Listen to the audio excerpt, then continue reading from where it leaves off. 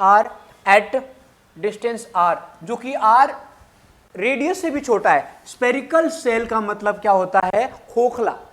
Thin का मतलब क्या है? खोखला, पतला है, यानी अंदर यहां पे बात कर रहा है वो इसका रेडियस, ये सारा का सारा चार्ज तो बाहर आ गया, तो अंदर कोई चार्ज ही नहीं है, Q इनसाइड हो गया 0, तो इलेक्ट्रिक फील्ड कितना हो जाएगा? 0, क्योंकि गाउस ने यही तो बोला था E dot D S equal to Q upon में एप्सिलॉन नॉट, यही 0 हो गया, तो इलेक्ट्रिक फील्ड हो जाएगा अपना 0।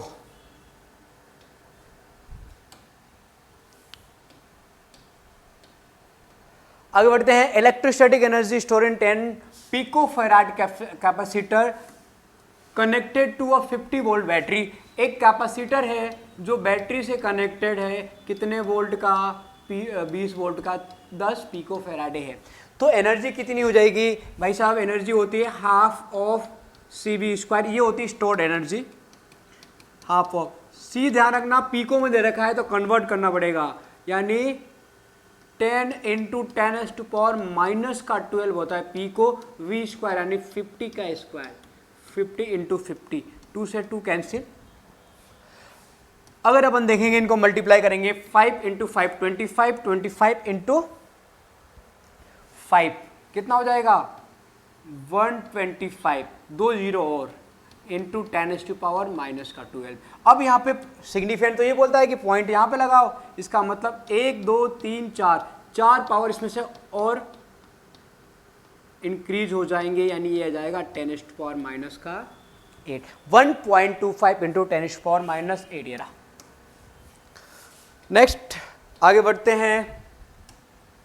नेक्स्ट जो सवाल है, if the electric field inside the region, ये होता है इलेक्ट्रोस्टैटिक शील्डिंग का क्वेश्चन है।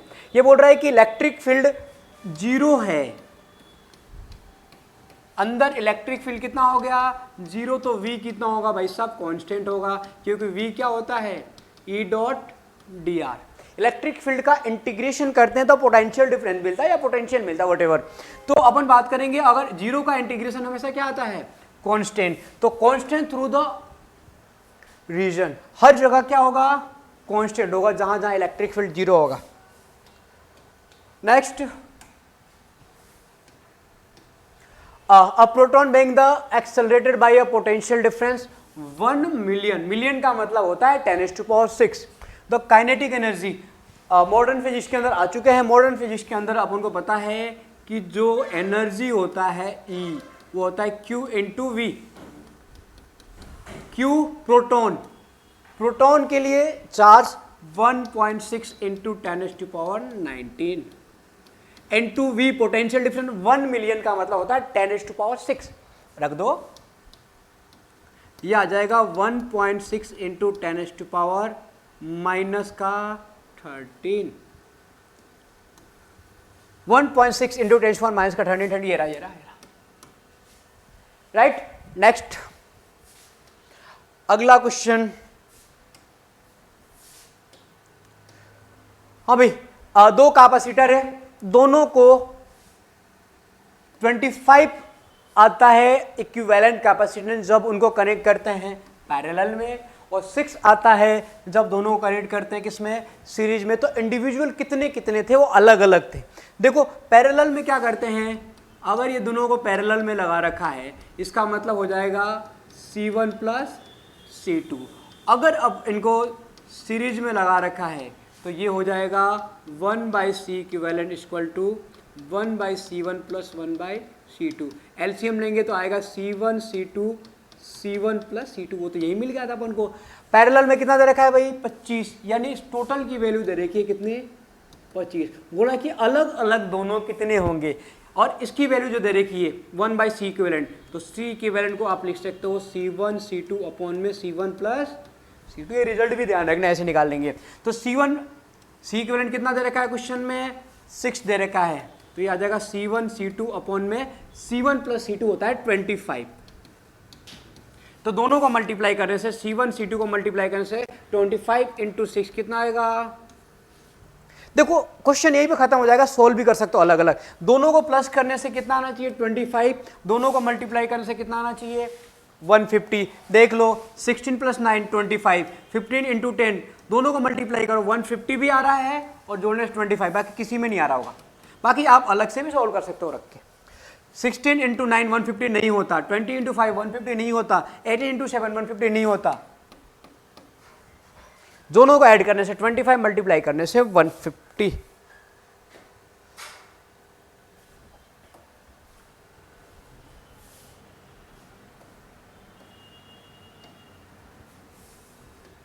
चलिए आगे बढ़ते हैं।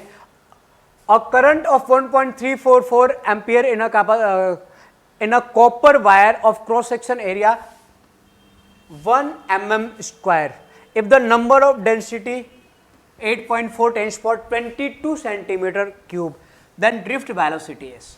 देखो यहाँ पे सारे ऑप्शन में आंसर सेंटीमीटर में, इसलिए सबको सेंटीमीटर में ही रखेंगे, मीटर में नहीं रखेंगे।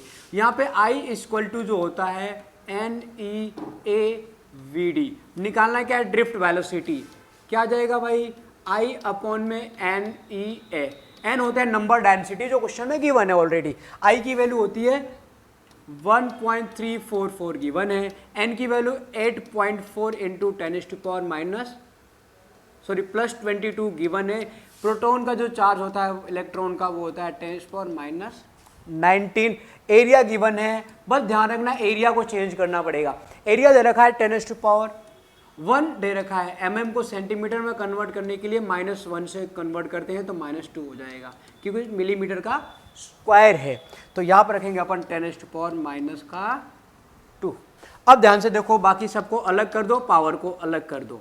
अपॉन में 8.4 इंटू 1.6, 22 -19, 3 -2 1, ये आ गया अपना 10। इनको आप सॉल्व करोगे तो ये 10 को ऊपर लेके जाओ, ये आ जाएंगे 0.1344 अपॉन में 8.6 इंटू 1.6। इसको सॉल्व करेंगे अगर अपन तो ये आएगा ऑलमोस्ट 0.0 समथिंग। देखो इसमें आदमी आंसर यही से निकाल सकता था, एक ही ऐसा ऑप्शन है जिसके अंदर 0.0 जा रहा है, इसका आंसर कितना आएगा 0.01। आप सॉल्व भी करोगे तो इतना आएगा मल्टीप्लीकेशन के बाद।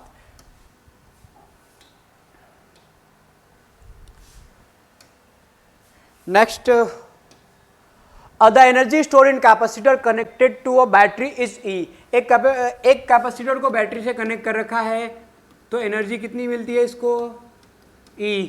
अगर कैपेसिटर के बीच का सेपरेशन डिस्टेंस डबल कर दे, D डबल कर दे, तो अब एनर्जी कितनी हो जाएगी। याद करो एनर्जी क्या होता है half of CV² and C क्या होता है ε0 A अपॉन में D। D को डबल कर देंगे तो कितना आ जाएगा नया 2D, यानी पहले का आधा हो जाएगा C/2। और एनर्जी क्या है हाफ ऑफ CV², तो C हो गया आधा, तो E भी कितना हो जाएगा आधा। तो अब जो नई एनर्जी आएगी पहले की आधी हो जाएगी। अगले सवाल पे बढ़ते हैं। चलो भाई ये तो रिजल्ट बेस है। सक्सेसिबिलिटी जो जीटा होता है, सक्सेसिबिलिटी पूछा है कि पॉजिटिव होता है लेकिन छोटा होता है। पॉजिटिव होता है फेरो के लिए भी और पॉजिटिव होता है पैरामैग्नेटिक के लिए भी, लेकिन छोटा बोला है। पैरा के लिए बहुत बड़ा, फेरो के लिए बहुत बड़ा होता है। जीटा की वैल्यू इसके लिए वैल्यू होती है 0 से बड़ी और 1 से छोटी पैरामैग्नेटिक के लिए। यही तो बोला स्मॉल, पॉजिटिव होना चाहिए लेकिन स्मॉल होना चाहिए। ये होता है पैरामैग्नेटिक के लिए। डाई के लिए नेगेटिव होता है, नॉन मैग्नेटिक मटेरियल के लिए तो जीटा 0 ही होता है, ठीक है। और फेरो के लिए 1 से ज्यादा होगा।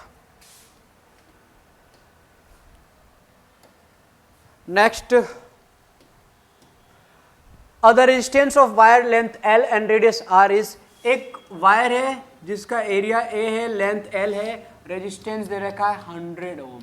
बोल रहे हैं कि ऐसा क्या हो जाएगा अगर अपन लेंथ को डबल कर दे और इसका जो रेडियस है उसको आधा कर दे, तो नया रेजिस्टेंस कितना हो जाएगा। क्या होता है ρL अपॉन में A, ρL अपॉन में A। अब क्या करना है, नया वाला जो आएगा वो कितना आ जाएगा, सर्कल होता है सिलेंडर का तो ये आएगा πr²।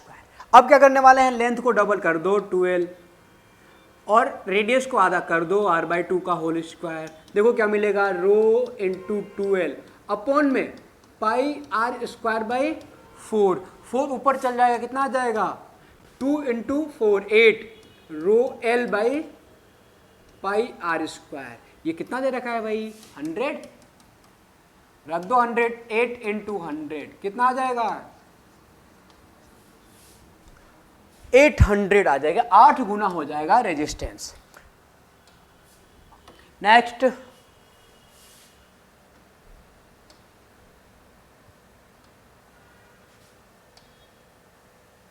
हाँ नेक्स्ट बढ़ते हैं आगे।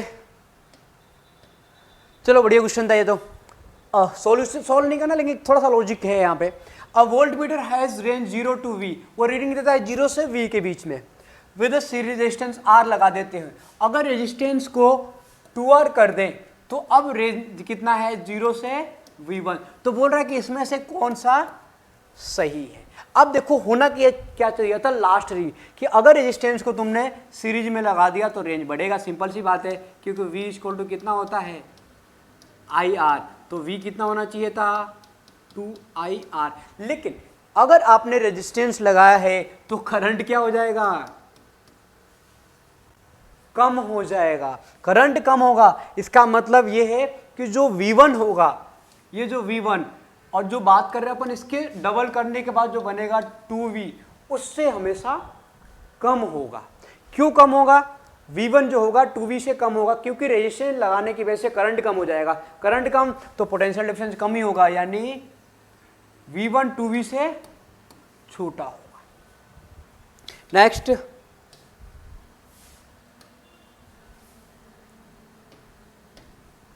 two long conductors separated by a distance d having I1 and I2 flowing in same direction current F, a force F on each other। दो पैरेलल लाइनें, दोनों में करंट सेम डायरेक्शन में फ्लो हो रहा है, दोनों के बीच डिस्टेंस d है, तो F कितना है, F है। तो बोल रहा है कि अगर इनके बीच के करंट को डबल कर दें और डिस्टेंस को आधा कर दें तो नया फोर्स कितना हो जाएगा। अब पूरे पेपर के अंदर तुमने लिखा होगा, हर क्वेश्चन में मोस्टली में यही काम कर रहे हैं, इसको डबल कर दिया तो वो कितना हो जाएगा, उसको डबल कर दिया तो ये कितना हो जाएगा, यानी अपन को फॉर्मूला इंपॉर्टेंट हो गया। यहाँ पे आपको फॉर्मूले याद करने पड़ेंगे। Mu naught I1 I2 upon में 2πr, ये होता है force gradient, per unit length में कितना फोर्स लग रहा है। ये रहा अपना mu naught I1 I2 upon में mu naught I1 I2 upon में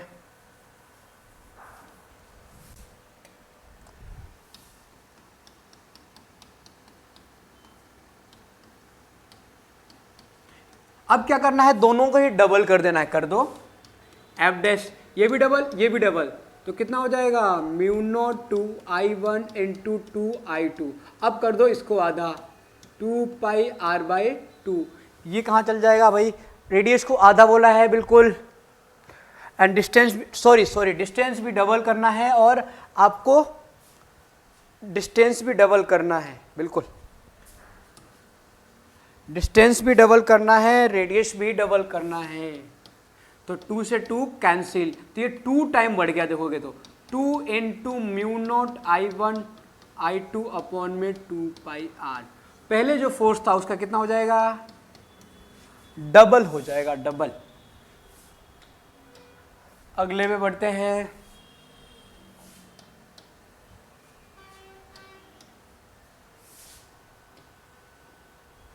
An EMF of 8 volt is induced in a coil when a current through the change from 8 ampere to 4 ampere in 0.05 second, then the coefficient of self induction of coil is। ये बोल रहा है कि एक inductance है जिसके अंदर induced EMF जो है वो दे रखा है 8 वोल्ट। जब करंट को 8 एम्पियर से कितना कर देते हैं, कम करके 4 एम्पियर, कितने टाइम में, 0.05 टाइम में। तो L कितना होगा, याद करो क्या था, E equal to minus L DI upon में DT।